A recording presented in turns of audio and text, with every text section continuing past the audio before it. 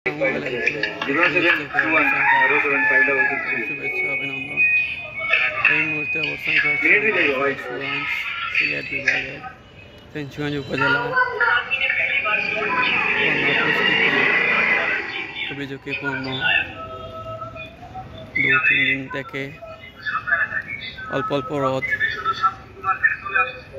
মোটামুটি আস্তে আস্তে পানি কমতির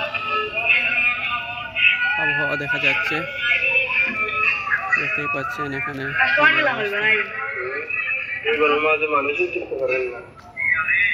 চারিদিকে শুধু পানি আর পানি।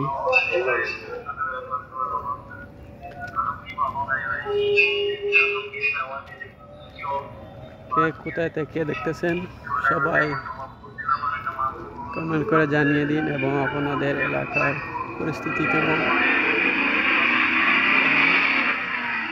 এটি হচ্ছে ফেঞ্চুগঞ্জ বাজার, নদীর পাশ, মালিকপুর গ্রাম। দেখতেই পাচ্ছেন পানির অবস্থা। নদী, খাল, বিল, বন সবাই ভরে পানি শূন্য।